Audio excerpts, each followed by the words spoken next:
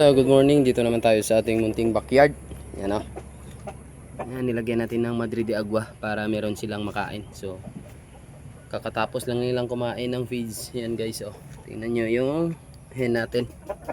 Yan, busog na busog. Yan, guys, ito yung ganoy natin. Yan. Yan yung meron ng itlog dito. Yan guys, oh. Lagyan ko ng fake eggs, yan na plastic, and then meron ng dalawa dito kasi tinanggal ko yung 6 para iwas basag. So ibabalik ko lang yun kung maglilimlim na siya, and then kung may kasabay siyang mga native or ibang manok na naglilimlim na mas magaan sa kanya, pinapasabay natin para iwas basag kasi sayang naman yung itlog. Guys, so dito yung ibang itlog niya guys. Oh, tinago ko. Tinago ko muna. Yan, meron diyang 6 na itlog. Yan guys. Iwas basag. So ito lang yung ating munting backyard. Saan? Kali meron tayong Indio Gigante dito. Dumating kahapon. Yan guys. Yan, ating Indio Gigante. So malapit na rin mga itlog yung iba. Yung mga upgraded natin dito lang sa labas. Yan o. Tapos ito, tumitilaok na rin to guys. Yung ating Ganoy Cross Cobra.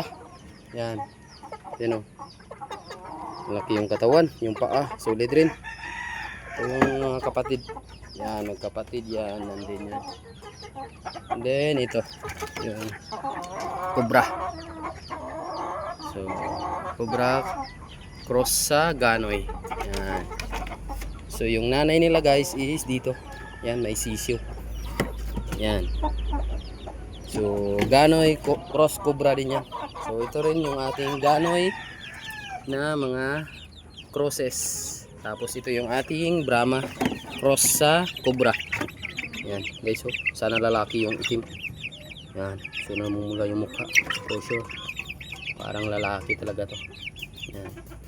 3 yung Cobra, yung 2 hindi. Yan. So meron din tayo dito guys. Yan yung upgrade din natin sa Dungtaw, yung isa na yun na hen.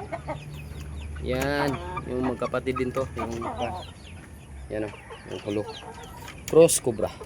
So meron din tayong Ganoy dito. Yan, white.